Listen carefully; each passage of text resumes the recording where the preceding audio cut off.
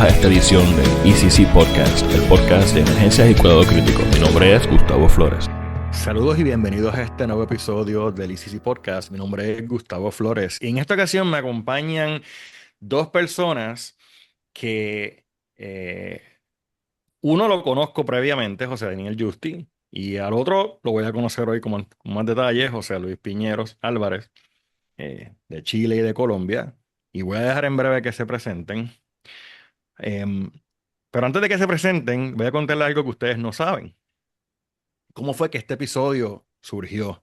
Y vamos a hablar acerca de eh, conciencia, CPR-Induced Consciousness, en español, conciencia inducida por la RCP. Si hay alguna mejor traducción, la vamos a encontrar pronto. Pues les cuento algo que ustedes no saben. Yo estoy viendo en mi radar aparece el estudio. Y yo lo veo y digo, el artículo, ¿verdad? Es un case report. Y yo lo veo y yo digo, mira. Y yo los reportes de casos típicamente, yo no es que no los veo, es que los reportes de casos, en el gran esquema de las cosas, a veces tú dices, bueno, ¿sabes? Son algunos temas como estos que no hay mucha más información.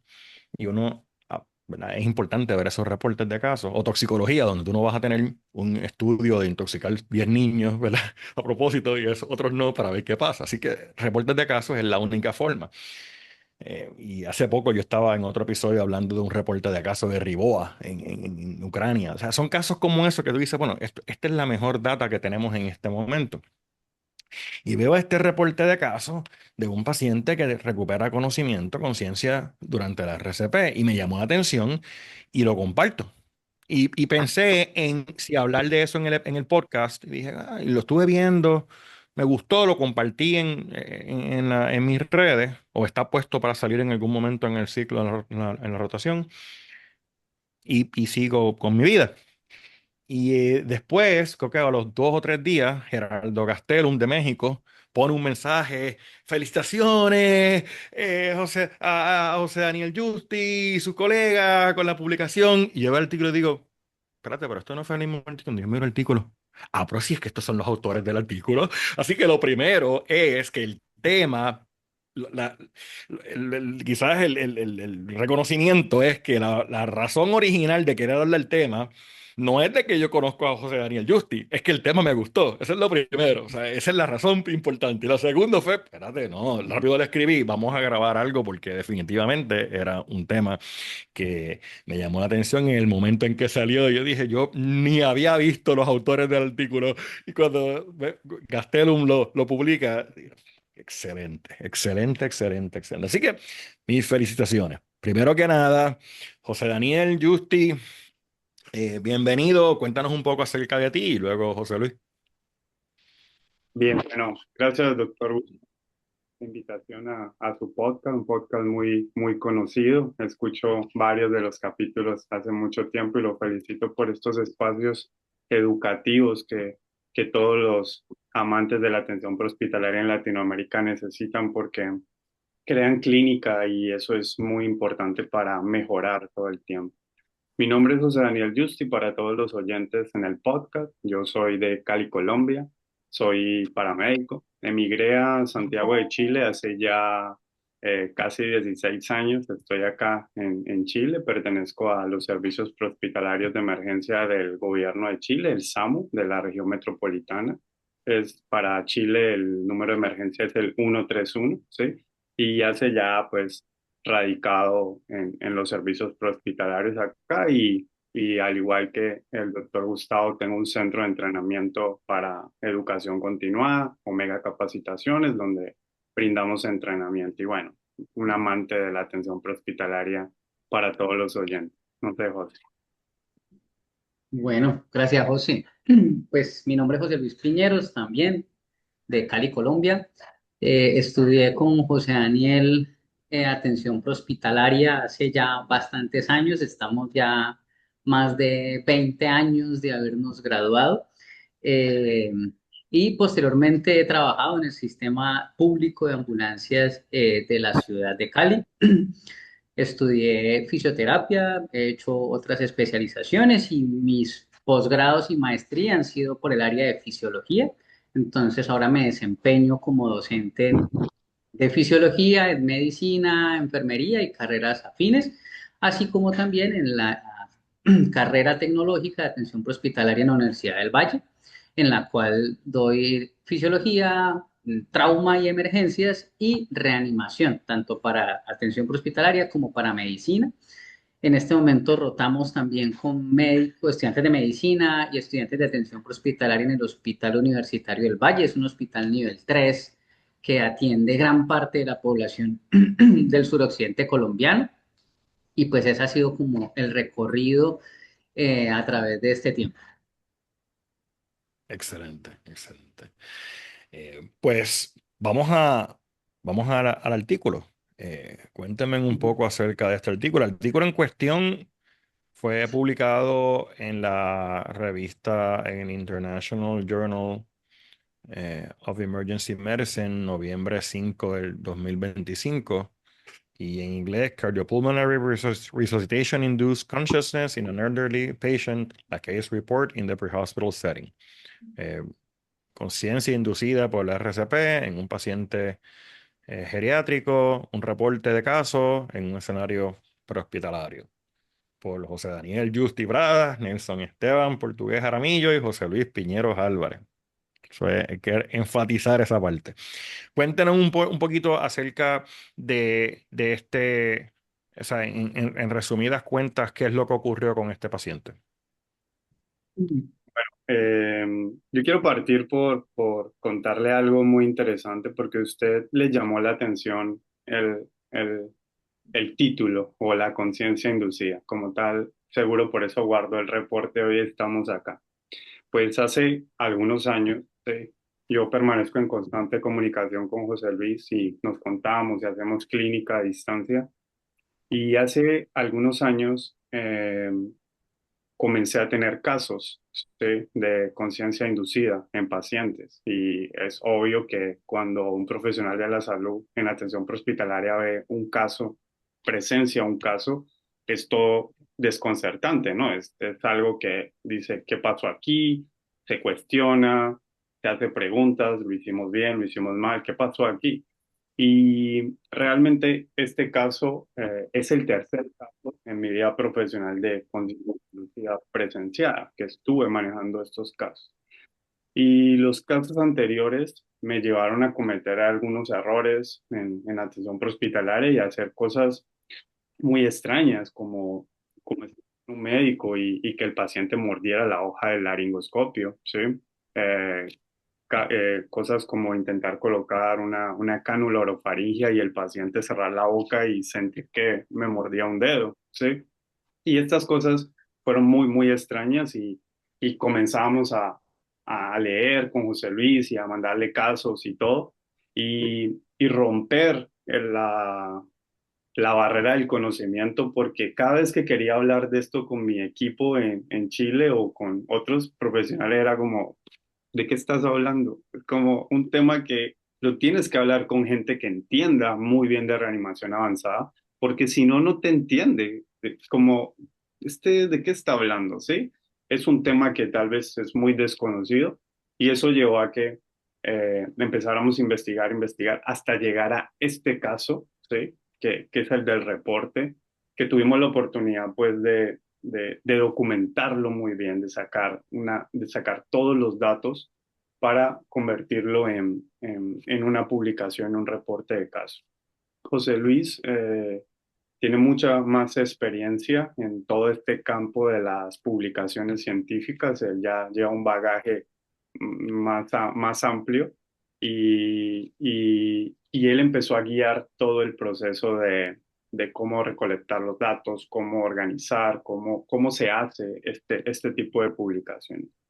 Pero en sí, eh, el reporte de casos nace de una atención de un paciente de 80 años, que eso es lo que lo hace ser tan particular en el campo de las publicaciones, ya que los casos de reportes de conciencia inducida que están en atención prehospitalaria o que se encuentran, está más en la población joven, ¿sí? No está en pacientes de edad mayores a 65 años y este paciente en particular tiene 80 años.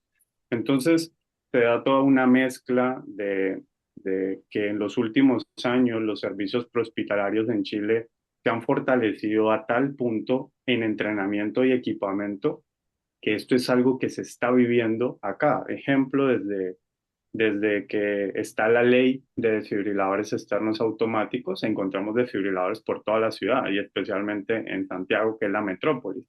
Entonces, estas pequeñas patrullas de guardias de seguridad, ¿sí? Que no son policías, pero que le brindan como seguridad a los barrios, a las comunas en Santiago, ahora sus autos cuentan con desfibriladores y cuentan con personal que no solamente se dedica a la seguridad, sino que se entrena en reanimación cardiopulmonar, stop de bleed, están cada vez más preparados.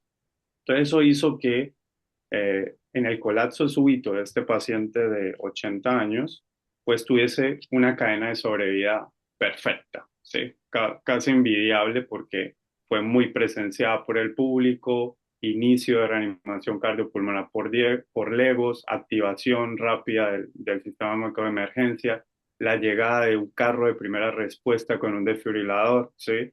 El cual eso hizo que la desfibrilación fuera muy rápida, menos de los 5 minutos, seguro, lo que hemos calculado en este paciente, muy buen soporte de reanimación cardiopulmonar.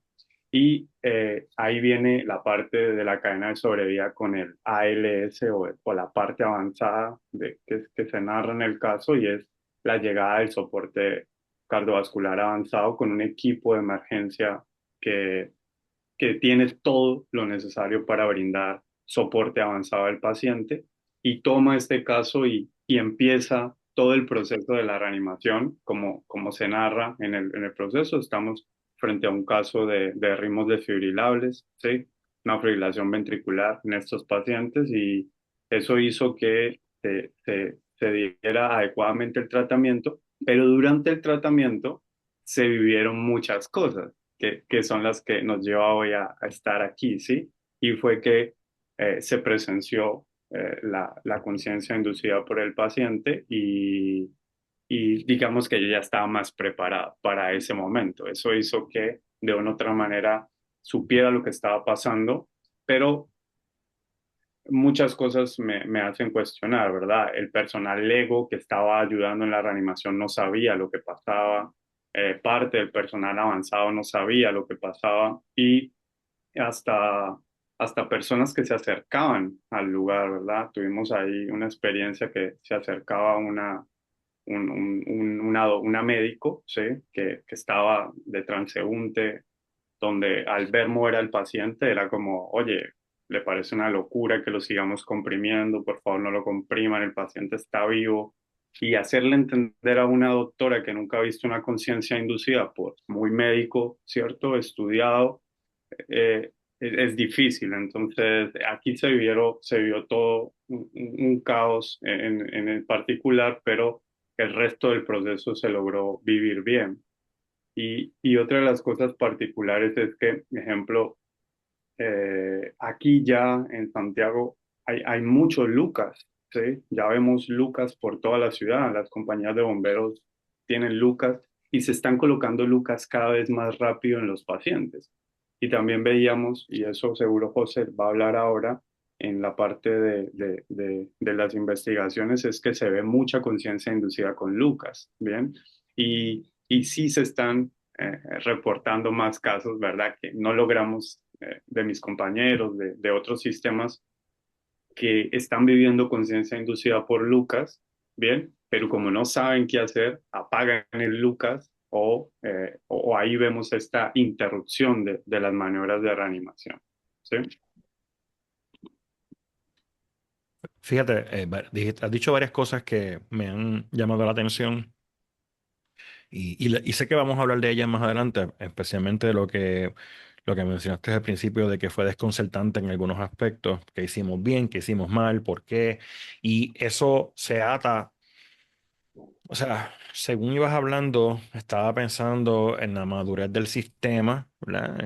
Del sistema como tal, de un equipo de alto rendimiento que sea capaz de hacer esto. Y cómo la preparación a nivel individual, pero también a nivel del sistema, no solamente en lo que es el fenómeno, en cuáles son los protocolos que deben hacerse cuando se presencia o se tiene un paciente que tiene este tipo de fenómeno, y, y entender, ¿verdad? El apoyo o el efecto posterior a como bien estabas mencionando, o sea, desde el punto de vista del sistema, no únicamente del individuo, porque el individuo a veces no sabe a quién recurrir si no tiene esa red de apoyo.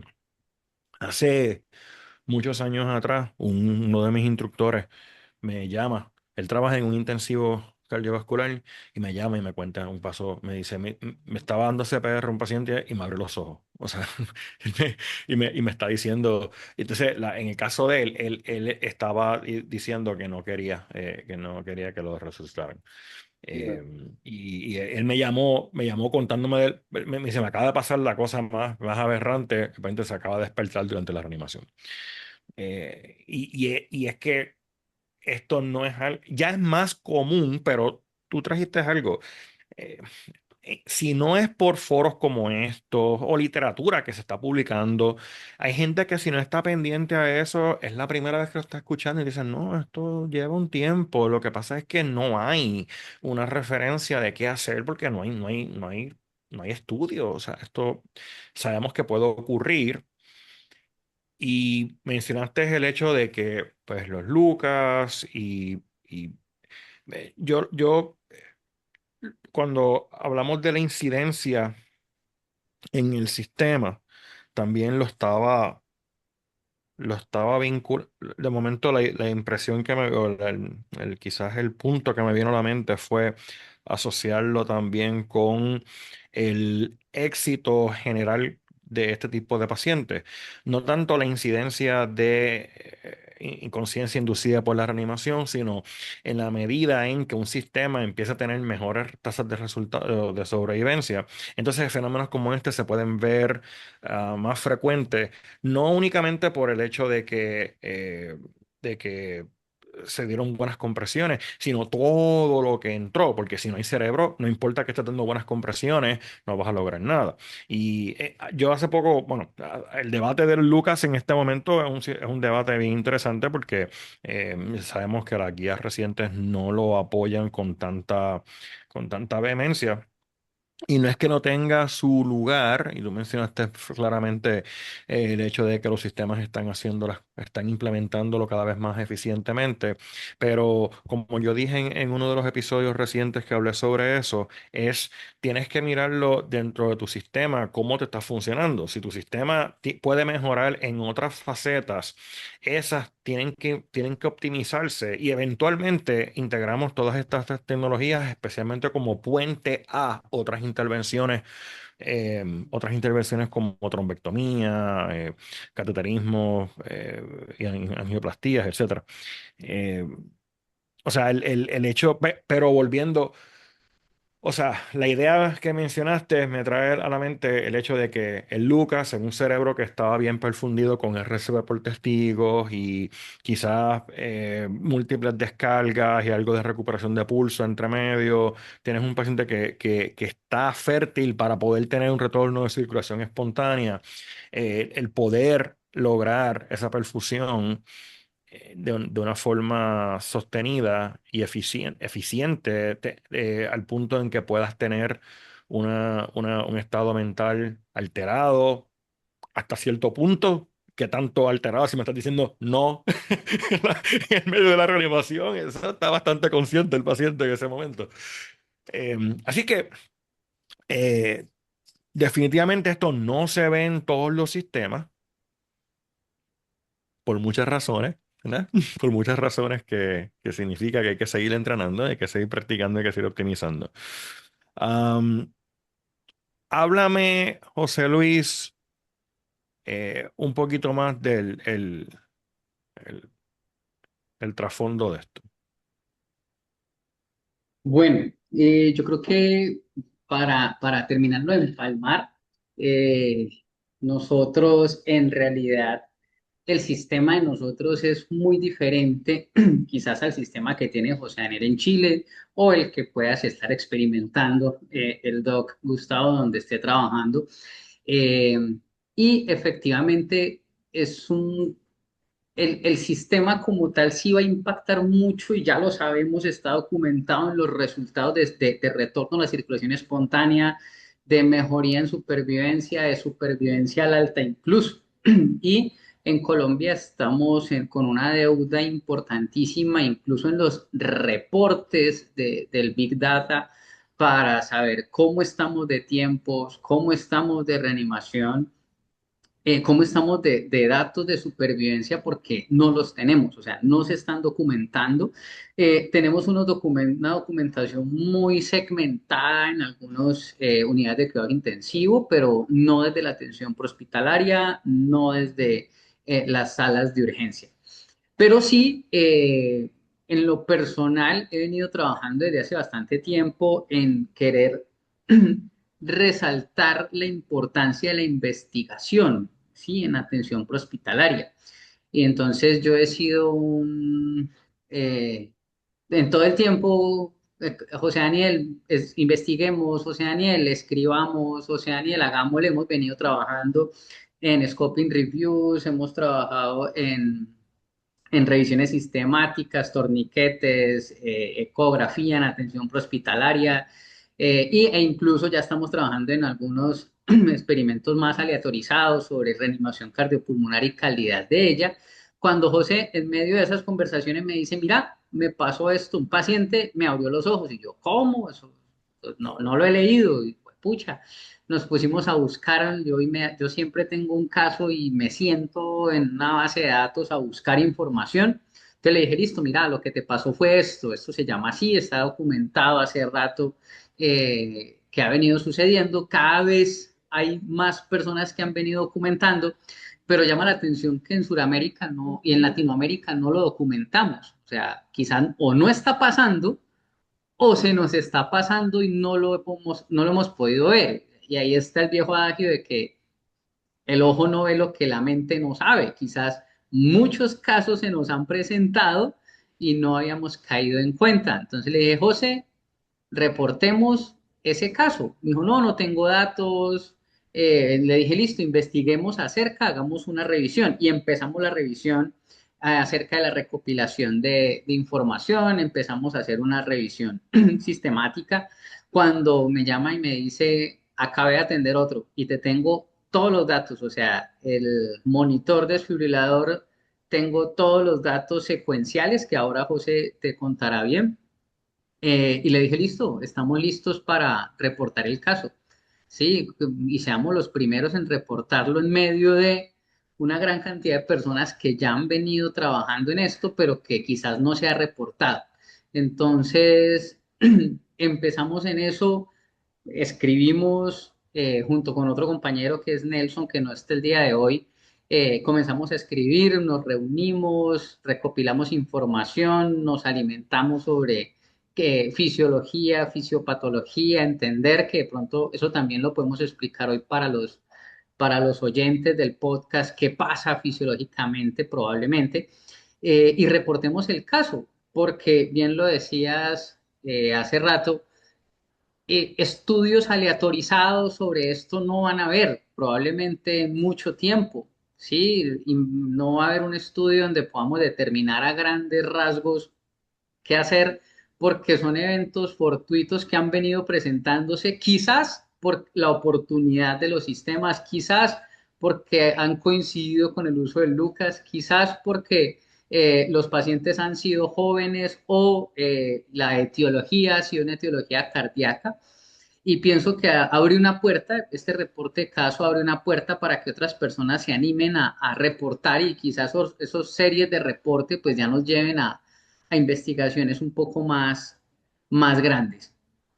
Pero déjame proponer algo, perdón que interrumpa aquí.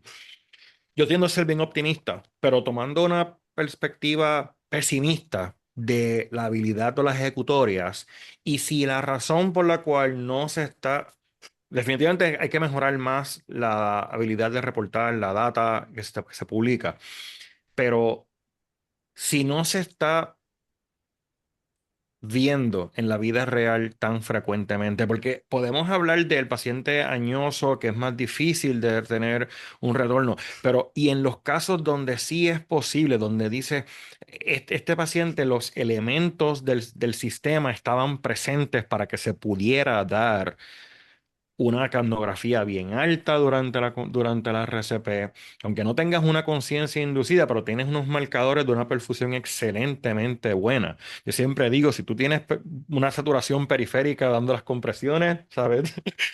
Estás Sí, dando muy sí. buenas compresiones cardíacas a ese paciente. O sea, todos esos elementos, si los ingredientes estaban ahí y no lo están viendo, entonces significa que hay que mejorar muchas más cosas. Y yo creo que en muchos sistemas no se está optimizando teniendo la capacidad de hacerlo, o sea, teniendo los ingredientes. Yo puedo entender que tú me digas, no lo tengo. No lo tengo, pues no lo tengo. Y podemos hablar de la importancia de tenerlo y todo eso, pero el que lo tiene y no lo está haciendo, o sea, ahí no es perdonable.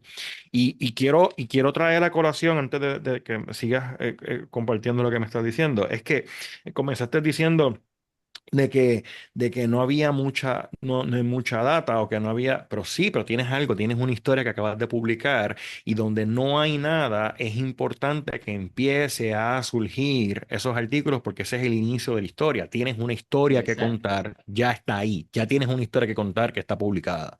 Así que eso es bien importante para todos los diferentes sistemas de sus diferentes jurisdicciones, inclusive dentro del mismo Chile, porque Chile, ¿sabes? El que no Efectivamente, conoce Chile, que mira un mapa y sabe que, ¿verdad? Que los que viven en una esquina están a varios días de los que están en la otra esquina. Así que, pero perdona la interrupción, pero es que No, no, quería, tranquilo. adelante, continúo. Ya, no, lo que me dice es importantísimo. La idea de proyectar estos casos, de escribirlos y de mostrarlos van de la mano de que es un terreno fértil. Sí, es un terreno fértil. Con lo que tenemos, creo que hemos podido eh, poder valorar, sí, poder reanimar e incluso mejorar la calidad de la reanimación. Y pienso que estamos en ese momento en el cual podemos proyectar a todos los demás actores del sistema, al paramédico, al médico y demás, decirle, mire, esto está pasando.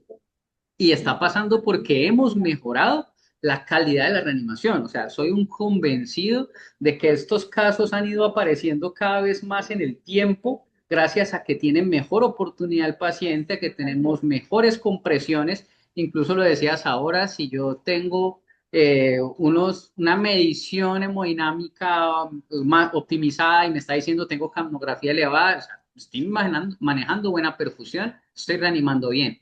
O sea que sería como meterle esa pizquita al personal y decirle, mire, hay muchas cosas por hacer, esto hay que entenderlo, hay que manejarlo y hay que trabajarle. Sí, ese es mi pensamiento hace rato con las investigaciones. Y bueno, tenemos que aprender a publicar, pero también tenemos que saber cómo reconocemos lo que están haciendo otros países para nosotros, ¿sí? Que en el caso de Colombia, pues en este caso de Colombia, obviamente Chile, pues ya José nos contará del caso específico y con muchas mayor posibilidades, al menos en equipos, en tecnología, quizá en entrenamiento, eh, que debamos incentivar. Incentivar, yo creo que sería la palabra al personal que nos oye, al personal que te sigue, al personal que sigue a José en Omega Capacitaciones, y es que tenemos que mejorar la calidad de la reanimación y que mejorar la calidad de la reanimación sí da buenos resultados, lo estamos viviendo con esto. El sí, resultado que tenemos que medir es la sobrevivencia. O sea, y estamos haciendo este episodio acerca del fenómeno de RCP inducida, de conciencia inducida por la reanimación. Pero el hecho, o sea, el objetivo final no es que el paciente despierte durante la reanimación, es que tenga un egreso del hospital. Y sabemos que a este paciente le fue muy bien, pero la pregunta, o sea, digamos, el asunto puede ser que algunos sistemas te digan, bueno, no he tenido un paciente que ha tenido RCP, conciencia inducida durante la reanimación, pero nuestras estadísticas de sobrevivencia son muy buenas y ese es igualmente el objetivo. Otra cosa que mencionaste es que yo lo matizo mucho, e inclusive en otros aspectos que no estamos midiendo, es que cuando se empezó a medir la calidad de las compresiones, descubrimos que no sabíamos hacerlo, descubrimos que la apreciación visual no es eficiente, descubrimos que si se hace bien, que los equipos de retroalimentación en tiempo real nos permiten hacer correcciones tanto en la clase como en la vida real y que se puede llegar a ese nivel de ejecución y que es importante practicar o aprender a dejarse guiar por estos equipos, tanto metrónomos como profundidad y recoil completo durante una reanimación para poderlo implementar. Y eso ha hecho toda la diferencia en abrir la posibilidad a pacientes que no sabíamos que existían, como esto que estamos hablando, o otros pacientes que decíamos, pero ¿por qué este paciente lleva tanto tiempo en paro cardíaco, 1 hora en paro cardíaco y sale sin ningún déficit neurológico cuando ese paciente hace tiempo que se habría descartado como irrecobrable? El otro aspecto que hoy en día no estamos midiendo, y no me voy a meter en esa conversación ahora, pero en otras ocasiones lo he hecho, es las ventilaciones. No estamos midiendo cómo lo estamos haciendo. Y ahora están saliendo diferentes equipos que permiten medir de forma objetiva o que permiten limitar la posibilidad de crear daño. O sea, la apreciación de que estás elevando el pecho te está diciendo que el aire está entrando, no te dice que si estás causando daño. Y el poder evitar ese daño de reducción de perfusión y de distensión gástrica y todo lo que puede pasar con este paciente, eh, es como que un terreno que es como que si lo empezáramos a medir y empezamos a darnos cuenta que hay una mejor forma de hacerlo y de momento eso...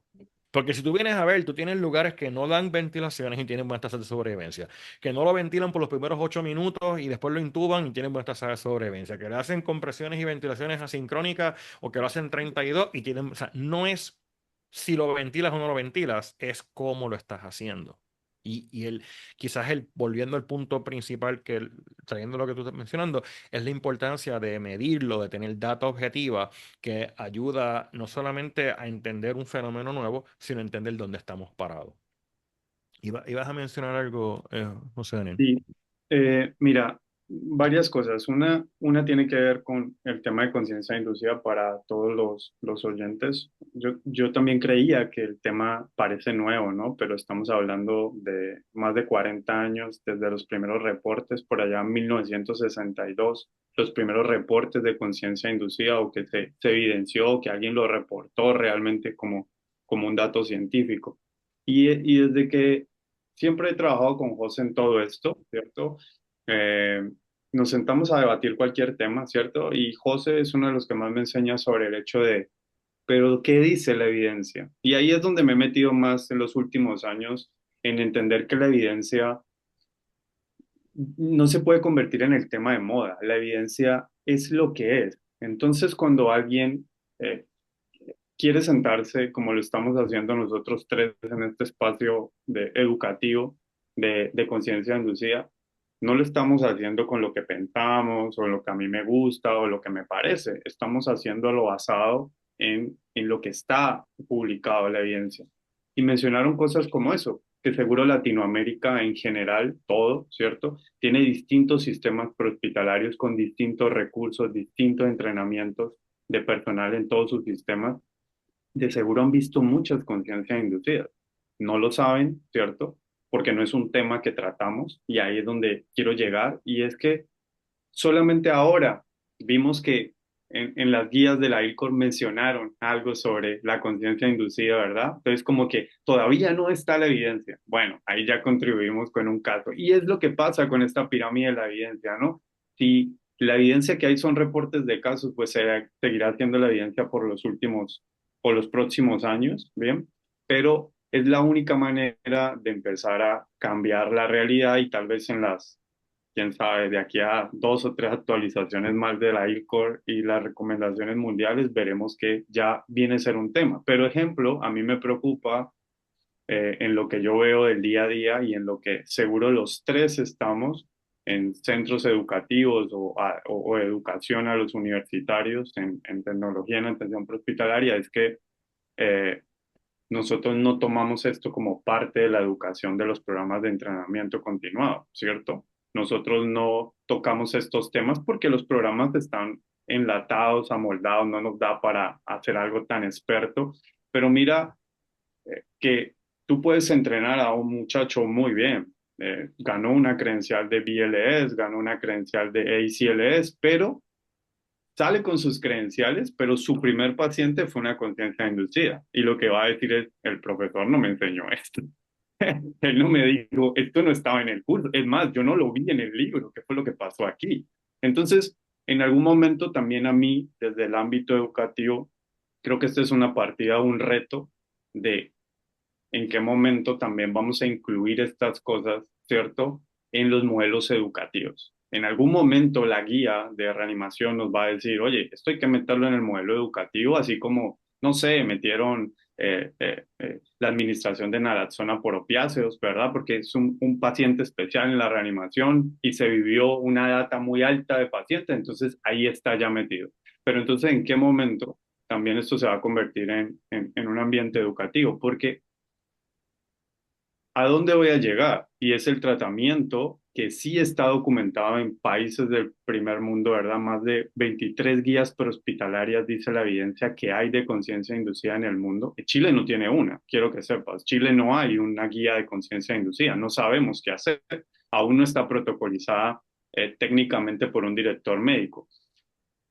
Pero el que yo decida hoy sentarme con unos amigos y decirle, oye, tenemos que meterle ketamina a este paciente mientras lo estamos comprimiendo, no, yo creo que la conversación se acabó y Justy está loco y no, ya Justy está hablando de temas que, ¿de qué está hablando? ¿Cómo que ketamina? Si lo que le tenemos que meter a todos los pacientes es adrenalina y amiodarona y se acabó la discusión en farmacología en ACLS. Entonces, cuando, aquí estamos empezando a dar el primer paso, pero ¿cuándo vamos a dar el paso de la farmacología y la educación de la conciencia inducida? Ese tema es el que más quiero avanzar en algún momento. Te tengo una respuesta, por lo menos desde el punto de vista de ILCOR y de la American Heart Association, de la metodología. Como tú sabes, yo pertenezco a uno de los working groups de ILCOR y he trabajado mucho con la American Heart Association. Y ILCOR lo que hace es resume la literatura disponible en el tema y donde hay la oportunidad de hacer una recomendación, entonces publica ese consenso de la ciencia y recomendación de tratamiento donde lo hay. Y hay veces que el consenso de la ciencia, lo más que alcanza es hacer un scope and review que dice esto es lo que existe, pero no hay nada, no hay ningún estudio aleatorizado, lo que hay son solamente estos casos, etcétera. Así que es importante quizás traerlo como un tema a revisión y no, aunque yo no estoy en ese grupo de trabajo, no creo que sería interesante saber si hay unos planes, porque actualmente cada grupo de trabajo, o sea, nosotros estamos trabajando en el documento que se va a publicar el año que viene, hay que someterlo ahora antes de diciembre. Así es que esto es un proceso continuo. Así que el hecho de que no haya salido en un momento dado no significa que no está en el proceso. Eh, es la responsabilidad entonces de las diferentes asociaciones y cuerpos que emiten guías, que entonces decir cómo se va a ejecutar. Y ahí hay cierta libertad hasta cierto punto de emitir recomendaciones que no estén del todo basados en estudios de gran calibre, por la razón que sea. Entonces, aquí hay dos aspectos. Uno es el efecto clínico y otro es el aspecto de educación, implementación, la parte emocional, la parte afectiva de la respuesta a un incidente como este. Y no es el único aspecto que se trata cuando se hace el debriefing. Y aunque lo mencionamos, de que a veces es útil hablar con otras personas acerca de lo que está ocurriendo. No necesariamente hay una guía para que esa otra persona que está, ¿verdad? Siendo el receptor de la pregunta, le pueda proveer algún tipo de apoyo. O sea, se desconoce el tema, se desconoce qué hacer. Y este no es el único aspecto parecido para efectos de comparación o de, no sé, de referencia.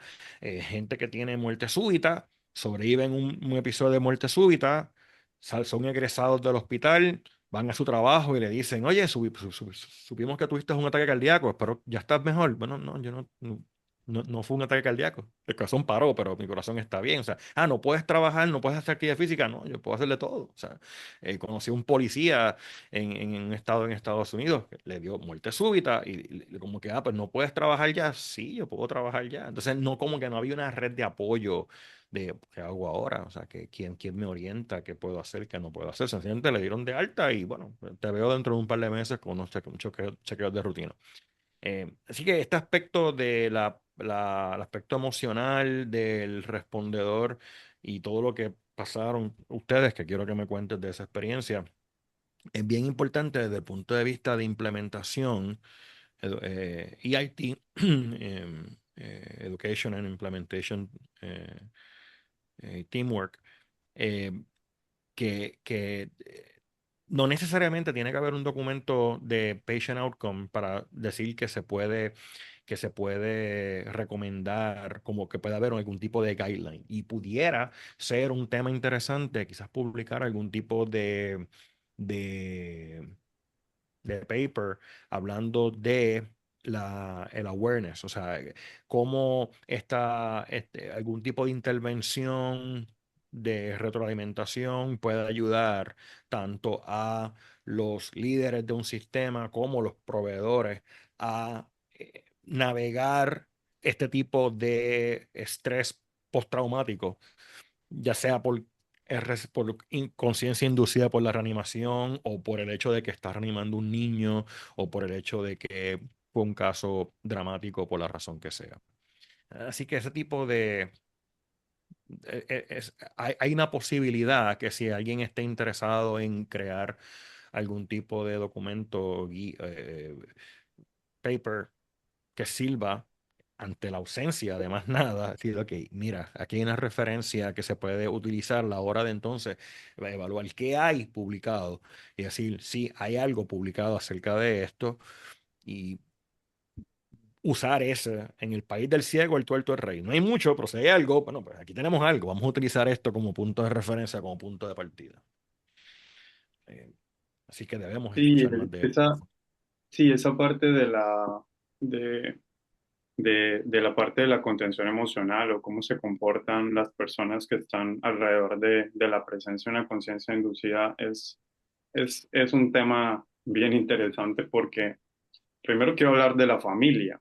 Piensa que la familia en un proceso de compresión que en sí, todos los que reanimamos en prehospitalaria, porque yo siempre he dicho que el que reanima en hospitalaria a prehospitalaria es totalmente diferente. Y le enseño eso a mis alumnos. Mis alumnos hospitalarios cierran la cortina del box y la reanimación es privada. Pero nosotros lo hacemos en calle, en la casa, y en estos casos, ver que su familia ve que su paciente dobla las rodillas, ve que su paciente toma la mano y toma la máscara del BBM y se la intenta retirar, es una luz de esperanza, es decir, retornó, está vivo, mi padre o mi esposo se está moviendo, oh, lo hicieron, gracias, ya lo hizo. Y hoy, por lo Y está menos, en asístole o en fibrilación, o sea, en no, ese sí. momento no es que tiene pulso, es que está... Y justo ese es un punto muy complicado porque hablemos de salud, de esperanza, pero hoy ahí hay una brecha en las publicaciones científicas y es que no se sabe, ¿sí? Si la conciencia inducida es es un indicador de que va a haber mayor probabilidad de retorno a la circulación espontánea o un outcome muy bueno en la sobrevida.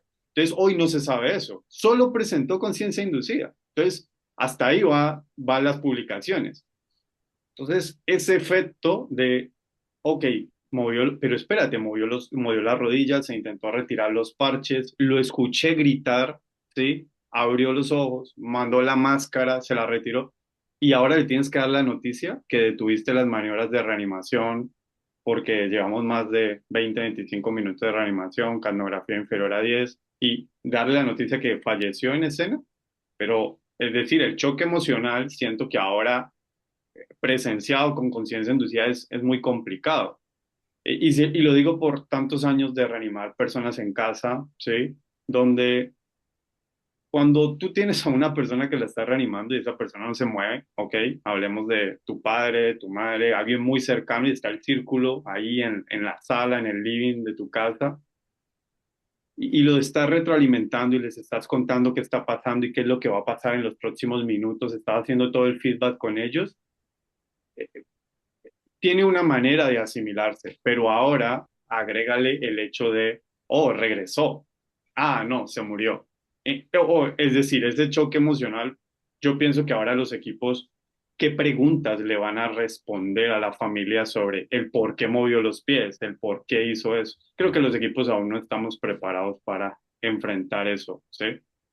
Yo siempre le digo, especialmente cuando tienes personas que son, un caso que me viene a la mente, un paciente de 92 años de edad en una casa, y yo no sabía que tenía esa edad, yo pensaba que era más joven, y eso no hubiese influido el haberlo intentado reanimar o no, yo estoy pensando que no, y se fue en fibrilación en nuestra cara, lo desfibrilamos, recuperó pulso.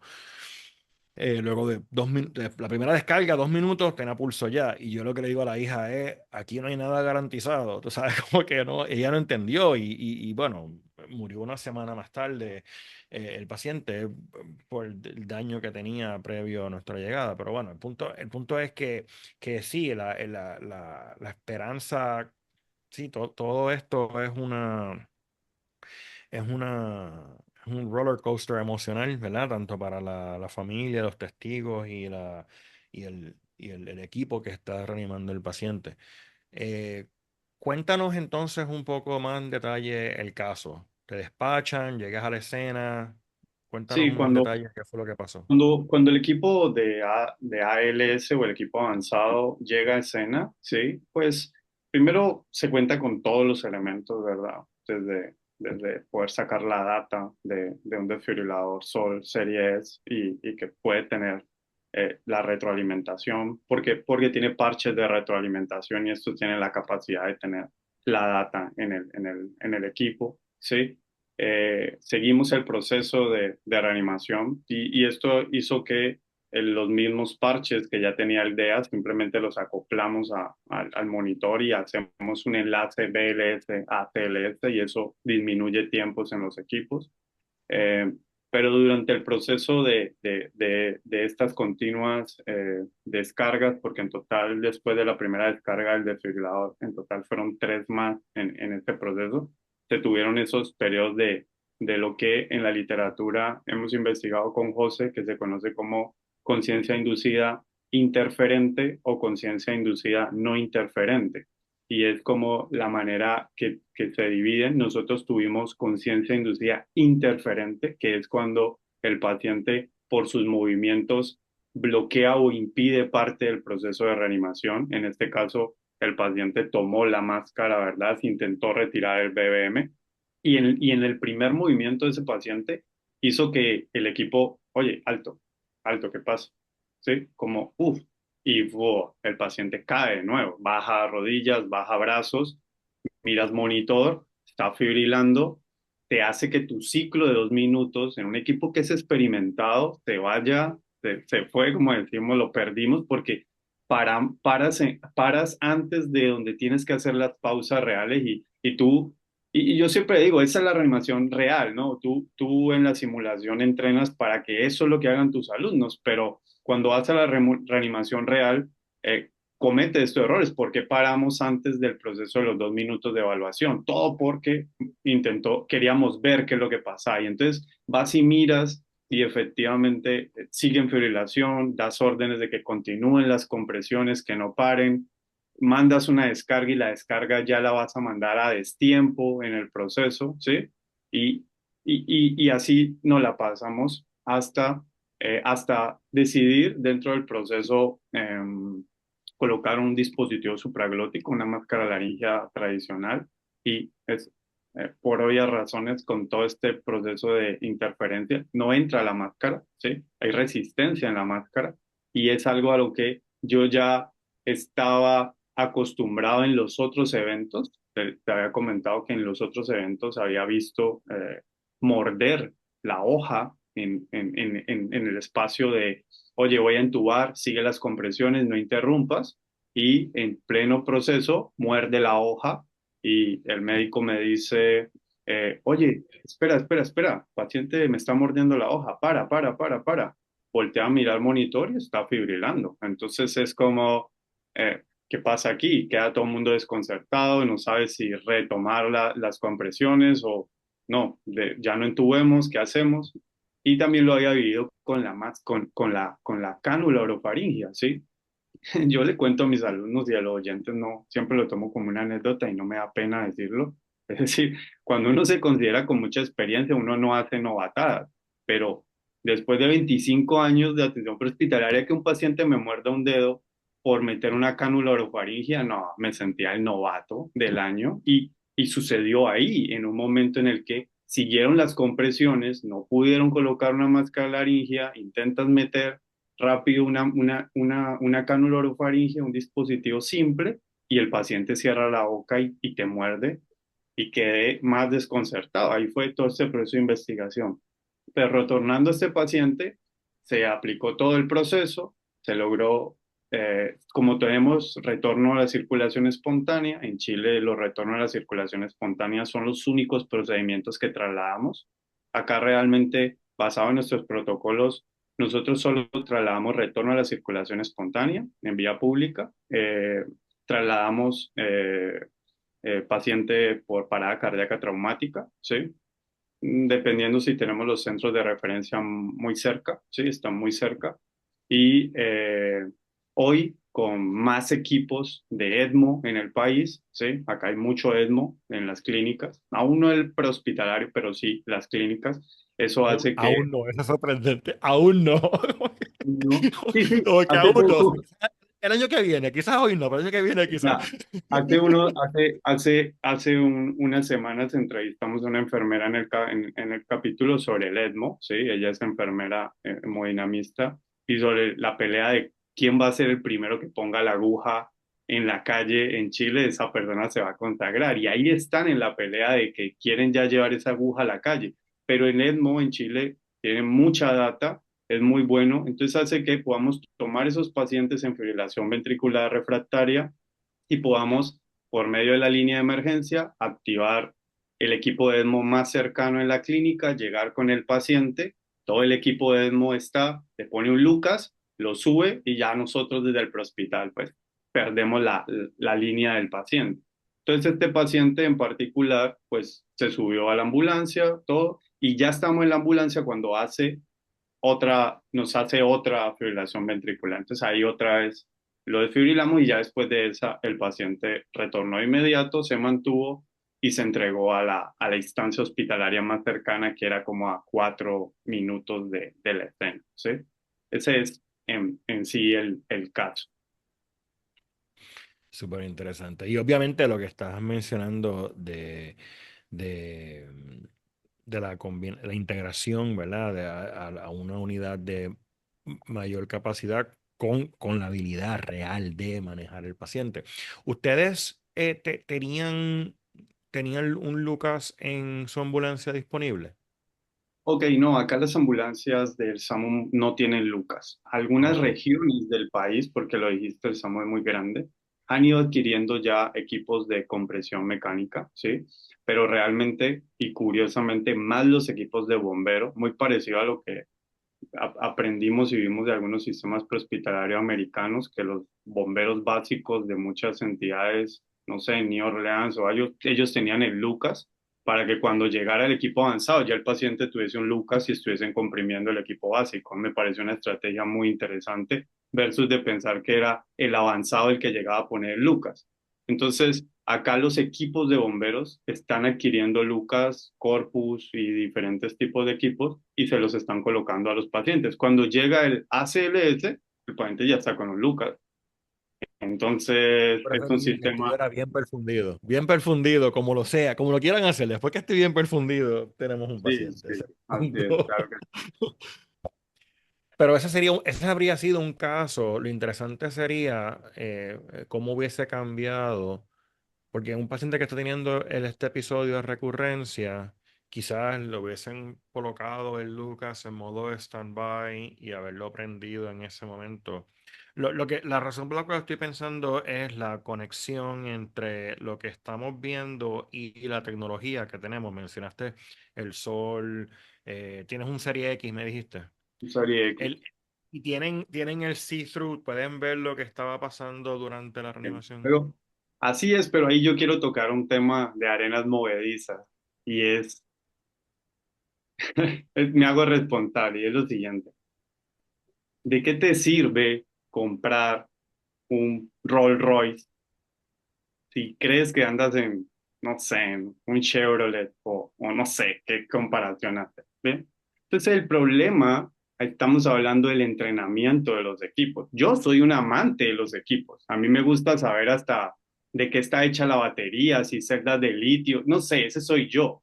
Pero mi equipo no es así. Entonces, cuando tú le dices que tienes un Sol Serie X y que por qué no usa el sistema de Real CPR View, ¿cierto? Donde puede mirar las compresiones y filtrar la fibrilación que está atrás.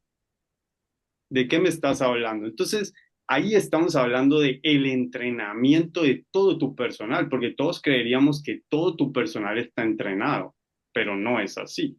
Tú tienes muchos niveles de entrenamiento dentro de un mismo equipo y eso es un tema interesante de la reanimación. Si todo tu equipo de reanimación no tiene el mismo nivel de conocimiento y entrenamiento, la reanimación no va a salir como tú quieres. Y efectivamente, sí, cuando me toca a mí, yo miro, yo sé 15 segundos antes de qué ritmo tengo porque tengo parches de retroalimentación y filtro. Pero otros no lo hacen, hacen una parada, gastan tiempo, pero esto va a depender de que efectivamente es cómo se entrenan todos los equipos de manera integral o el entrenamiento es lo mismo para todos. No, no es lo mismo para todos. Entonces todos usan los equipos como cree que se pueden usar. Estoy pensando en el error de detener las compresiones. O sea, lo malo sería detener las compresiones inapropiadamente.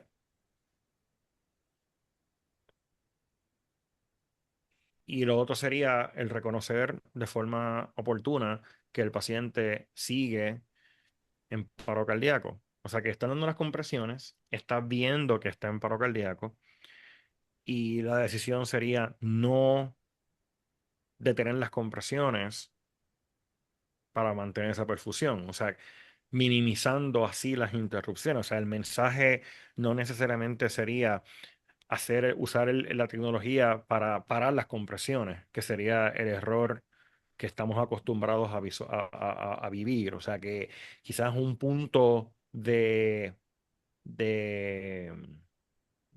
digamos, un punto en que todo el mundo está de acuerdo, es que lo que queremos es minimizar las interrupciones y esto me puede estar enfatizando durante la reanimación de que no debemos, y a menos que no sea un absoluto sí en términos de ritmo y de pulso, todo esto, y en el pasado, o sea, que se estuviera moviendo el paciente, pero es que eso. Háblame entonces un poco acerca de cómo lo estás visualizando en la ausencia de un protocolo. O sea, cuál sería entonces, qué recomendación le dices a tu personal cuando estás con un paciente que tiene movimiento durante la reanimación, con equipo y con tecnología y sin tecnología, para decidir qué Dale, hacer José, con este tú las recomendaciones que de eso hemos hablado. Dale tú. Bueno, entonces aquí, antes de las recomendaciones, yo sí quisiera contarle a la gente, y es que José Daniel lo dijo ahora, conciencia inducida durante la RCP hasta ahora no significa que esto vaya a repercutir positivamente en el retorno a la circulación espontánea y no sabemos cómo le vaya al alta hospitalaria y su función neurológica. No lo sabemos y pasará mucho tiempo. Lo que sí está posiblemente pasando y es que si yo estoy reanimando, en mitad de mi ciclo y el paciente se mueve y lo detengo, en ese momento ese cerebro está sin perfusión y ya de entrada disminuyo todos los porcentajes que tenía para que ese paciente sobreviviera. Entonces, cada vez que me asusto de nuevo, pues, pucha, se movió, detengo, claro, es algo nuevo. Hubiéramos hecho lo mismo. Yo sé que hubiéramos hecho lo mismo en la primera vez o segunda vez que nos pasa, sin tener, sin estar tan dateados hasta ahora.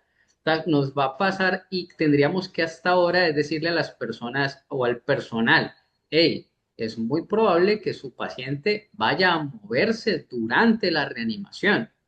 Lo primero que debemos hacer es estar entrenados, tener conocimiento de que eso puede pasar y qué es lo que está pasando. Ah, hay perfusión cerebral que me está optimizando esa conciencia. Si yo detengo las compresiones, disminuye la tasa de sobrevida del paciente. O sea que la prioridad hasta ahora, en síntesis de las guías que hemos revisado, e incluso la recomendación muy ambigua que hasta ahora la ILCOR pues nos ha mostrado, es priorice las compresiones torácicas, ¿sí? Continúe el ciclo, ¿sí? Continúe el ciclo.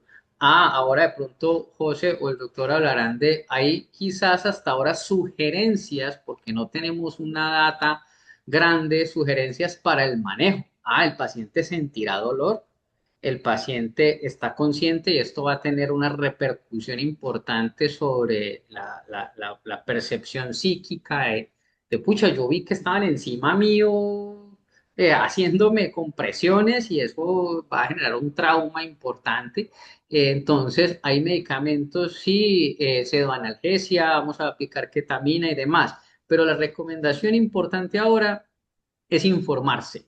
Existe un fenómeno que cada vez es más visible y es la conciencia inducida y su paciente probablemente va a morder el tubo, va a poner las manos, dobla las rodillas en el caso de que sea interferente o en el caso de que no sea interferente, al menos abrirá los ojos. Y esto puede que vaya a influir sobre mi reanimación. Entonces, ponerse en la mente de que no voy a detener las compresiones se deberían mantener aún teniendo equipos de alta tecnología o equipos con tecnología quizás no tan alta. Disminuir las interrupción de las compresiones sigue siendo vital en este caso. Y antes de pasar a la otra recomendación, es que José también decía lo del impacto de la familia, pero no hemos hablado de algo. Las redes sociales hoy por hoy o nos enaltecen o nos crucifican, ¿sí? Y todos hemos visto videos donde dicen, uy, qué malos son, cómo reaniman a ese señor que se está moviendo, ¿cierto? Y un video de esos puede popularizarse y viralizarse en un momento y van a salir, uy, José Daniel, el doctor Gustavo, ¿cómo se les ocurre reanimar a alguien, ¿sí? Que se está moviendo. Eso se puede viralizar tanto que incluso puede ser pues dañino para la imagen del servicio de emergencias o el personal y demás, nos pudiera llegar a pasar, porque todos tienen acceso a un celular para grabar en ese momento, desde los familiares, transeúntes y Casos y demás. hay Entonces, casos. Hay algunos videos que uno dice, Dios mío, pero sí, está bien, eso es lo que están diciendo. no, total, total, o sea, hay videos para todo, o sea, Pero todos en este medio hemos visto videos de eso. Pero es un punto bien importante y el ejemplo que ambos han dicho de el efecto que tiene en el equipo, en la ejecución del equipo, yo lo uso mucho, inclusive cuando explico en el hospital, yo digo precisamente lo mismo, digo, el que me diga a mí que no puede, o sea, que la familia no puede estar presente porque interrumpe, que eso diga los paramédicos, que no tienen opción de sacar al testigo. Y el problema es que la respuesta no debe ser, vamos a sacar al paciente de la escena, vamos a meterlo en la ambulancia para estar privado, donde quizás en la escena tengo el espacio y el retraso en mover el paciente supone quizás una pérdida irrecoverable. Así que ese aspecto es bien importante y hasta cierto punto es difícil de poder controlar porque ¿verdad? Hoy en día es tan fácil poder grabar algo, eh, pero, pero qué bueno sería que esté pasando en un sistema de alto rendimiento y que en efecto tenga el apoyo institucional de que lo que estaba haciendo el personal era lo correcto. O sea, que eso ocurra y que detrás de eso salga el director médico o el director del sistema explicando el fenómeno y diciendo lo que ustedes vieron es un equipo de alto rendimiento haciendo un esfuerzo que fue tan y tan y tan efectivo que tuvo. O sea, que hay un apoyo. Basado primero que nada en algún tipo de referencia o protocolo interno que diga esta es la forma correcta y si esto se manifiesta, así es como vamos a responder. Inclusive la necesidad de tener una declaración lista en caso de que un incidente como esto ocurra, poder activar Es- ese mecanismo rápido para Doc- apaciguar las cosas. Doctor, y piense lo siguiente, no piense en el equipo de ALS, piense solo en el equipo de BLS, que es donde tal vez sabemos que la esencia del ACLS es el BLS y buen BLS, pero eh, yo desde todo esto empiezo a pensar y empiezo a mirar el modelo educativo que hemos seguido a los futuros profesionales que obtienen credenciales de reanimación cardiopulmonar, y es que eh, el movimiento es un signo de vida, ¿sí? Y lo hemos enseñado tal vez así durante muchos años.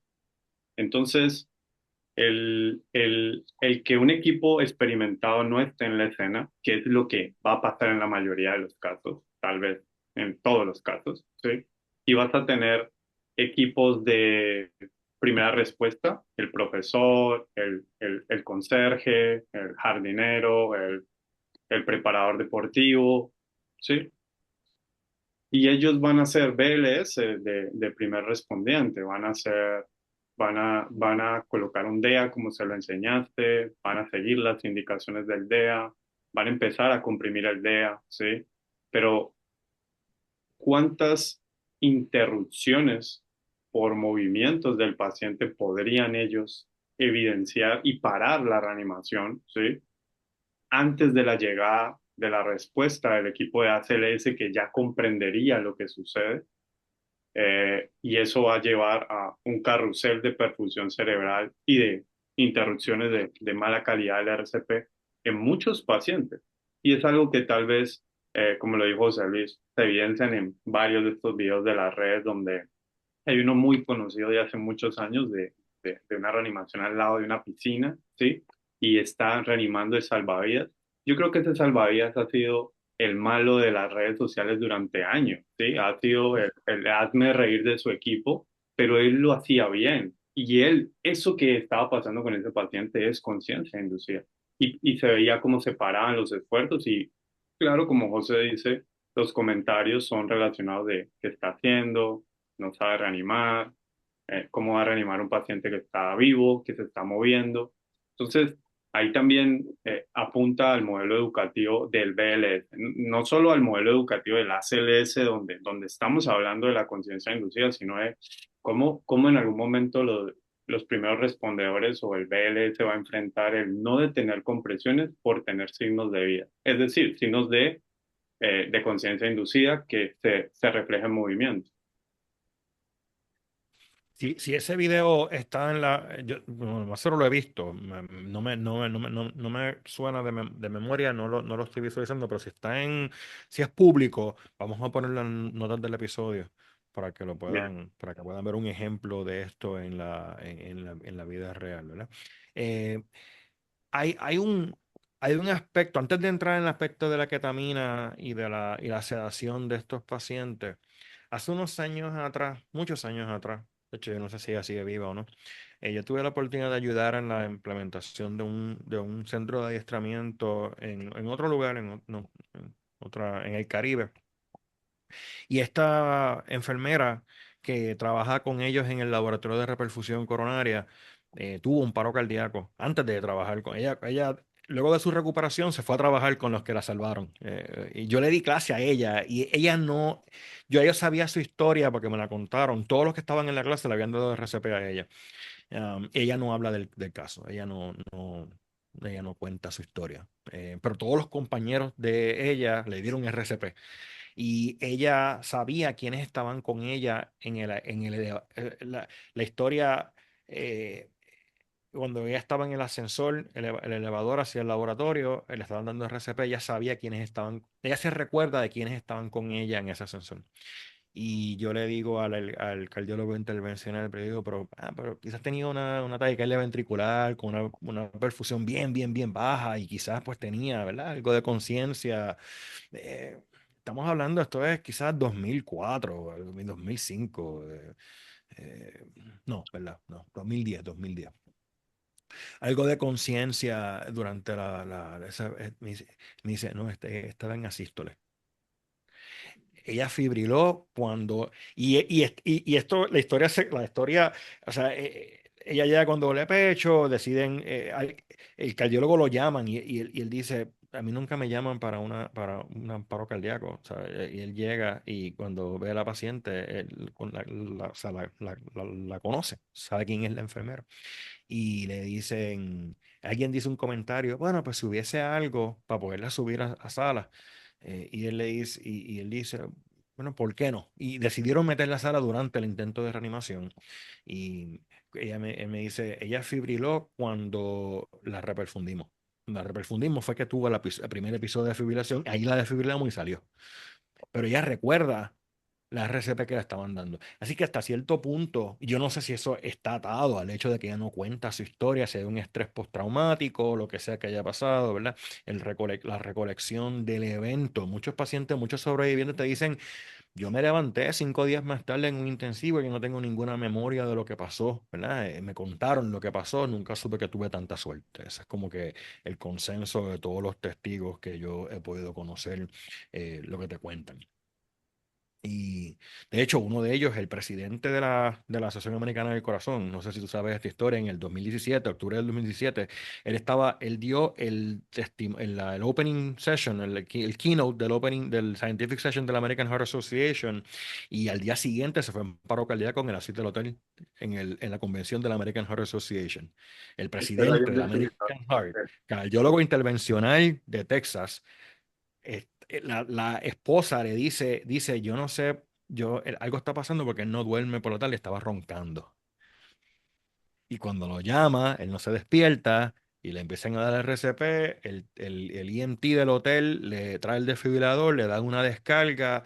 La directora, esta entrevista está en YouTube, pueden verla a él contando. Él se despierta en el intensivo, y le muestran su EKG y él dice, "Ah, pues yo lo estoy mirando de una forma bien objetiva, como que, bueno, sí, está tapado, esto se puede resolver. Y dice, esto es manejable. Y él dice, no, ya eso se hizo. O sea, esto fue hace par de días atrás, tú estás bien ya. Pero La es fibrilación. ese, sí, no, Sí, la fibrilación y la oclusión coronaria y todo esto. O sea, él como que bien objetivo, viéndolo como si fuera, ¿verdad? Otro paciente más. Esto se puede manejar de esta manera, lo que sea. Como que no, ya esto se resolvió. Y esa entrevista está en YouTube. Pero el punto que quiero traer es ese estrés postraumático que hasta cierto punto alguien que sobrevive a un evento como este, estamos hablando por un lado estamos hablando de la importancia de tener sobrevivencia, ahora estamos hablando de estrés postraumático porque te dieron RCP, tú sabes. Eso hace 10 años, 20 años atrás no estaríamos hablando sobre eso. Y es importante porque te presenta un número de pacientes que tú no sabías que existían. Y yo creo que esto es importante, y con esto me callo para que me cuentes lo de la ketamina. Pero es porque esos son los casos que refrescan el ímpetu, el esfuerzo. O sea, tú estás acostumbrado a hacer RCP en alguien de 80 años y no sale y se convierte en una, ¿cómo se dice? es una una profecía cifra más. autorrealizable. O sea, Ujú. tú dices, esto no va para ningún lado, de repente tiene, ¿sabes? Tiene, después de cierta edad, ¿verdad? Una vez yo tuve un paciente que, tú sabes, muere a los 80 años y yo le digo al hijo, o sea, tuvo una vida completa y el hijo me dice, sí, yo estoy de acuerdo. Lo que no sé es qué decirle a mi abuelo. O sea, el papá de él, o sea, que está todavía vivo. O sea, estaba todavía vivo, tenía ciento y pico de años. O sea, y estaba todavía lúcido. Es como que, ay, Dios mío. Pero el punto es que uno está acostumbrado a ver esto como lo natural que pasa, la gente se muere y no deberíamos estar dando RCP a alguien que está, ¿verdad? Que no debe ser reanimable porque no tiene criterios, pero eso es una discusión aparte. Pero mientras más órdenes de no reanimación hay, mejor es la tasa de sobrevivencia. Pero esos casos negativos refuerzan el, el- este perfil o este estereotipo de que esto es un show para declarar al paciente muerto. Los libros de medicina mirarán esta época en nuestra historia y dirán que nosotros teníamos un ritual indígena, un ceremonial de pase, un ritual de pase donde te contábamos, te brincábamos en el pecho, te contábamos una canción ritualística, te dábamos epinefrina y sudor, lágrimas y te dejábamos ir, tú sabes, es un ritual de pase. Eh, y cuando tú ves un caso que sobrevive o conoces gente que sobrevive y tú dices, por ti es que hacemos esto, o sea, por gente como tú es que hacemos esto. Y los sistemas de IMS deben, si tienen una forma de obtener retroalimentación de esos casos, traerlos a una ceremonia por lo menos una vez al año y traerlos y decirle, oye, tú no tienes idea lo importante que es tu caso. Ellos te dicen, yo no hice nada, yo solamente me fui inconsciente, o sea, yo me levanté una semana más tarde, yo no he hecho nada aquí, yo no pedí ser el centro de atención, ¿verdad?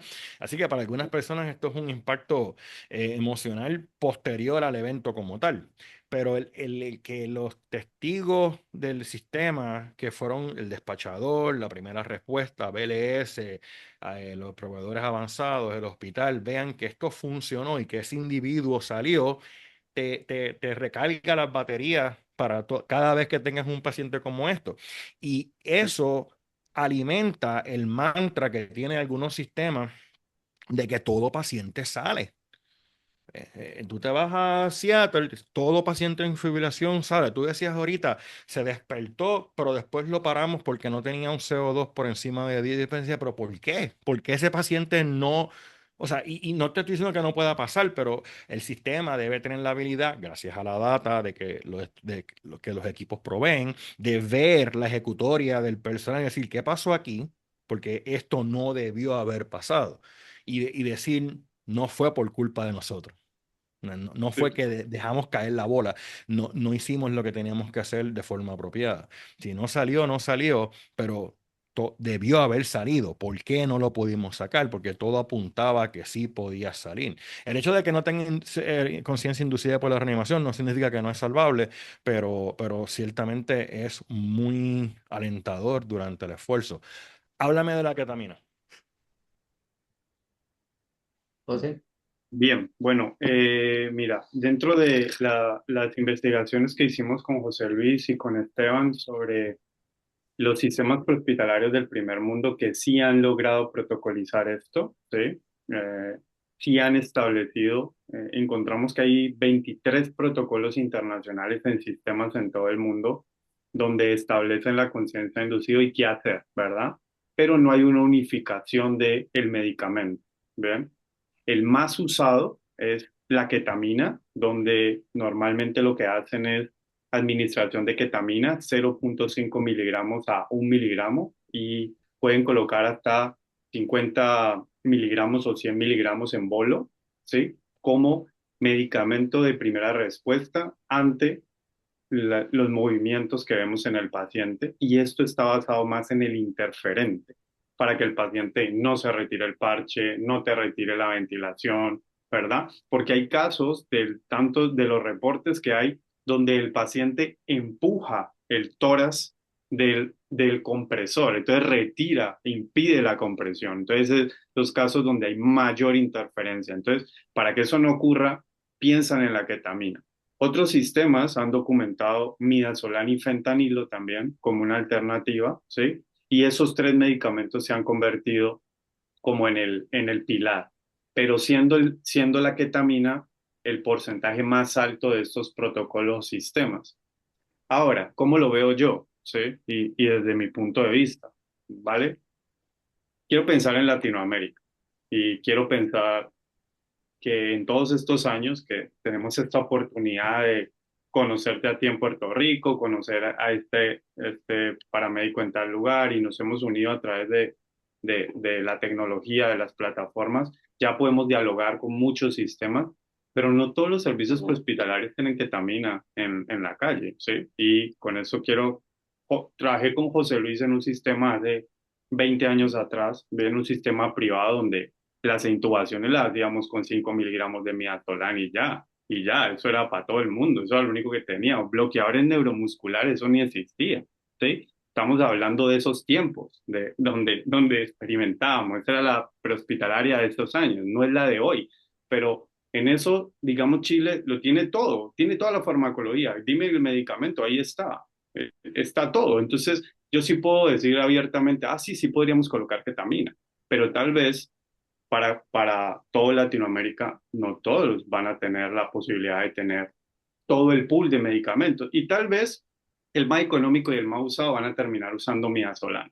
Y existirá este grupo científico de el midazolam tiene mayor mortalidad en los pacientes en intubación, en todas las otras cosas, pero hay que pensar que aquí se está usando el midazolam es para lograr hacer un efecto más de sedación que otra cosa, ¿sí? No se está pensando en midazolam como parte de la secuencia rápida de intubación, sino que se está pensando para la conciencia inducida. Entonces, protocolizar un medicamento que sea un estándar para toda Latinoamérica ahí va a ser un reto muy grande, ¿sí? Y ahora viene el otro reto. Nosotros acá tenemos los medicamentos, pero desde hace 3 años que yo vi mi primera conciencia inducida, no hay un protocolo de eso y estamos hablando de hace 3 años.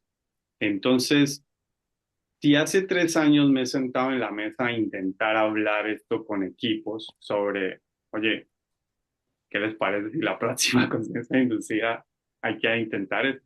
Pero no tenemos un protocolo médico direccionado, ¿sí? Que salga desde una cabeza, que te avale, que te diga reanimación cardiopulmonar, conciencia inducida, 0.5 miligramos de ketamina endovenosa. No hay ese protocolo, entonces no podemos actuar basados en nuestro conocimiento o en una decisión. Hay que tener un respaldo médico legal para hacerlo. Entonces, si aún eso no existe, creería que para Latinoamérica este tema va a pasar mucho tiempo sin que veamos administración de medicamentos en conciencia inducida, ¿sí? Tal vez otros vayan a, a hacer otro reporte de caso y ojalá pase, eso es lo que decimos con José, ¿sí? Ojalá pase, ojalá Puerto Rico haga el otro, Panamá, Colombia y todos empiecen a hacer distintas conciencias inducidas para que vean que también en Latinoamérica hay conciencia inducida, no solo en Europa o Estados Unidos, pero, pero es difícil porque muchos servicios prehospitalarios, ahí José te va a contar cómo es la medicación de los servicios prehospitalarios en Colombia. José, dale. Ya, pero antes que eso, protocolizar va a ser complejo por muchas razones y una de esas es, creo que el doctor Gustavo lo estaba hablando ahora cuando hablaba que él hace parte del equipo de la American Heart Association cuando se están recopilando datos para generar una guía. Entonces, durante la creación de guías de atención hay distintos niveles de recomendaciones. Creo que también lo hemos hablado con la preparación de las guías de atención prehospitalaria en Colombia donde hay diversos grados y hay estrategias como la estrategia GRADE, sí, que creo que el DOCSI ya la ha usado en sus consensos, en la cual tenemos que revisar la evidencia y si este fenómeno no ha sido estudiado, no hay evidencia, no vamos a poder, no vas a encontrar algo que te diga, mira, la ketamina es segura, sí, y hay un nivel alto de recomendación. Por ahora, lo máximo que quizás llegaremos sería a opiniones de expertos donde se hacen sugerencias, o sea, ni siquiera es una recomendación. La opinión de expertos es donde se hace una sugerencia y quizá sugerimos que pueda iniciarse ketamina, ¿sí? 0,5 a 1 miligramo por kilogramo o de 50 a 100 miligramos para este caso. Y que esto aparezca en una guía tiene un componente legal grandísimo porque van a decir, venga, José Daniel, ¿de dónde lo sacó? Ah, hay unos reportes, hay quizás algunas guías que vimos durante la investigación, pero al revisar esas guías también revisamos cuál es el nivel de exigencia de las guías y encontramos fallas. Sí, muchos de ellos tienen guías de recomendación cuando no se debería dar recomendación porque no existe la evidencia. O sea, pasarán años, quizá pasarán años, por ahora seguiremos hablando de sugerencia de medicamentos y no lo vas a encontrar. Quizá eso de pronto sea a lo que te has enfrentado, si para que un director médico te diga, vamos con toda con esto y vamos a colocar ketamina, sí, 0,5, sí, a 1 miligramo. Quizá eso es lo que te vas a enfrentar.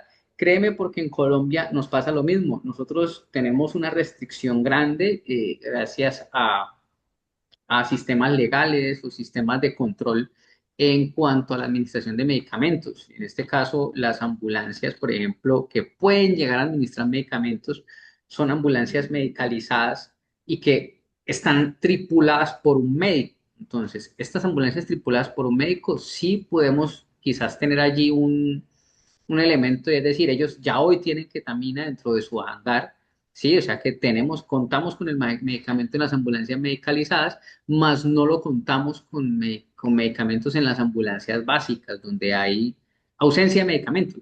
El único medicamento que tenemos es la solución salina y el lactato de Ringer, y ya. O sea que pasarán bastantes cosas antes de que podamos ver un protocolo establecido. ¿Que nos hace falta? Sí, quizás habría que hacer consensos, habría que realizar investigaciones que quizás eso requiera estudios multicéntricos, donde podamos en algún momento reunirnos y decir, listo, miremos, proyectémonos a una investigación a 4 o 5 años, eh, con unos protocolos, un comité de ética que nos avale y podamos trabajar en eso, quizás de esa manera sí pudiéramos demostrar ciertos elementos. Estoy pensando que pudieran, dos extremos. Uno, el escenario intrahospitalario, donde el personal pueda decir, bueno, vamos a hacerlo y punto. De hecho, en Europa hay muchos sistemas de emergencias médicas donde hay médicos, hay anestesiólogos inclusive en las ambulancias, en terrestre, aéreo, y para ellos puede ser una, eh, una opción bastante fácil de implementar.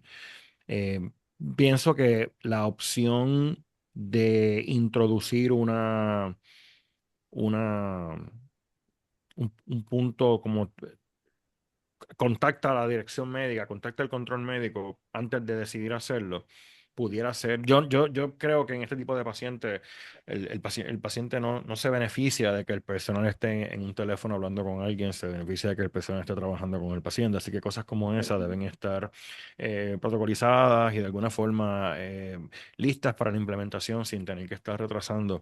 Lo interesante sería ver cuál sería el efecto de daño, si alguno, no tanto durante la reanimación, estoy pensando después, estoy pensando en el periodo post retorno a circulación espontánea. Obviamente no vas a tener la habilidad de valorar el nivel de conciencia, va a acabar intubado el paciente, eh, pensando en que quizás si se habría despertado, pues no habría necesitado tener el paciente la intubación. Eso no es una excusa para no hacer un buen examen neurológico más adelante. Tengo un amigo que dice, no se debe estar queriendo avanzar tanto, intubarlo, porque tienes pacientes que se van a despertar, no van a requerir esa ventilación mecánica posterior pero bueno, creo que si se puede extubar, se extuba. En el gran esquema de las cosas, no creo que eso tenga que ser necesariamente un impedimento. Y ciertamente, si le diste ketamina, va a acabar intubado. Eh, 100 miligramos, 100 miligramos, va a estar inconsciente, sí, pero si pudiera respirar espontáneo, estaría respirando lo más seguro todavía. Esto Eh, realmente, así como uno lo ve, va a restringir movilidad, tal vez, no más que eso. sí, Sí, sí, pero por lo menos como por 30 o 45 minutos va a estar así. Bien interesante y ciertamente, miren, o sea, una de las cosas que llama la atención de esta discusión es el tiempo que hemos estado hablando de todo esto y considerando que normalmente no ocupo tanto tiempo en los episodios, este tema me ha gustado mucho y les agradezco mucho no solamente la disposición, sino también el tiempo que me han dedicado.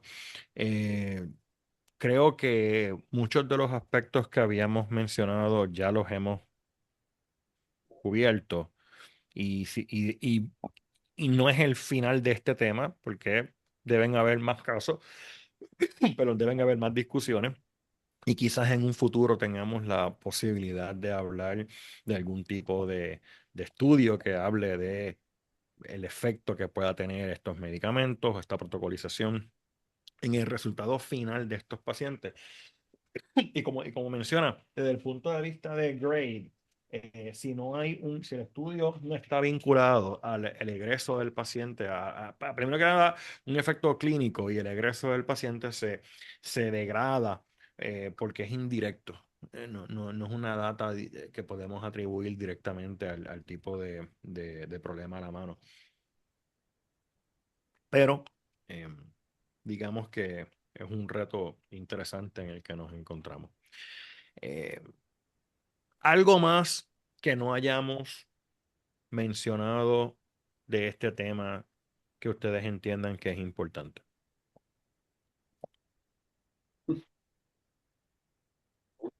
sí. No, creo que abordamos todos los campos. Creo que ahí hay un mensaje claro para toda la audiencia, para todos los profesionales de la salud, y es que es un tema que para muchos podría ser nuevo, tal vez la primera vez que lo escuchen, y a partir de aquí digan, ok, voy a ir a leer de qué es que están hablando estos tres señores, ok, o eh, o sea un solo el principio de más investigación para que esto en algún momento entre a los modelos educativos, incentive a los muchachos de alguna otra manera, como José me incentivaba hay que publicar, es la única manera, si no se publica, no existe en la data y es la única manera de poder hablar con base en sus fundamentos, es publicando. Si no se publica, no vamos a poder tener evidencia a futuro. Siempre queremos cambios, cambios, cambios, cambios en la guía, pero no publicamos, entonces es la única manera.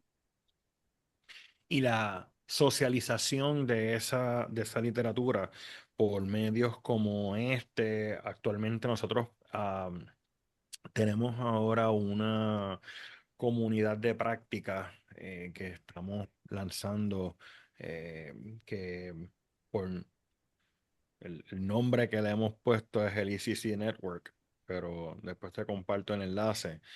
Es como una red más cerrada y la idea es poder compartir artículos o la discusión de artículos y cosas como esta que llegue a más gente, que hoy en día ver un mensaje en Facebook de hace 2 semanas atrás se perdió, eso es como una ola en el mar, ya desapareció, ya no se vuelve a ver.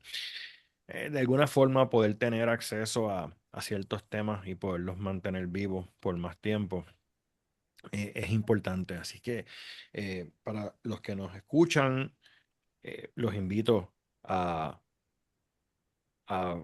entrar a la página del podcast y entrar al ECC Network, para que no solamente vean las notas de este episodio, sino también vean los enlaces a el artículo en cuestión, ¿verdad? Van a estar en las notas del episodio y, eh, y compartan esto con sus compañeros de trabajo. Este episodio es largo, pero hay un show en YouTube que estoy viendo. Publicó un episodio de 7 horas y media hace poco. Yo digo, solamente este tipo publica un episodio de 7 horas y yo lo escucho, ¿verdad? No, no de una sola vez, pero 7 horas y media, una entrevista impresionante. Ese es el podcast más largo que haya escuchado en mi vida. Así que este episodio no es tan largo en comparación a ese otro. Pero me alegro mucho que hemos hablado acerca de esto y que esta información esté disponible en medios como este, y en el network y en otros foros que podamos compartirlo.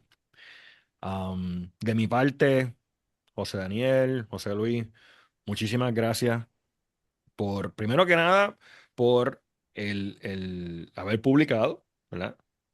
Y eso tiene un valor intrínseco bien grande y es una exhortación a que los sistemas se eh, busquen personas que los puedan ayudar a entender cómo se hace, tengo este caso interesante, cómo lo publico, ¿verdad? Y que personas como José Luis diga, bueno, pues déjame guiarte en cómo hacerlo. Tú tienes el paciente, yo te guío cómo hacerlo, juntémonos y vamos a publicarlo. Y veo José Luis asesora, pero José Daniel es el primer autor ahí diciendo, o sea, este fue mi caso, ¿verdad? Y excelente, esa es la forma correcta. Así que primero que nada, gracias primero que nada, Justy, por el buen manejo del paciente, porque ¿verdad? Eso significa que estaban haciendo un buen trabajo, por haber publicado el artículo y por el tiempo que me han dedicado.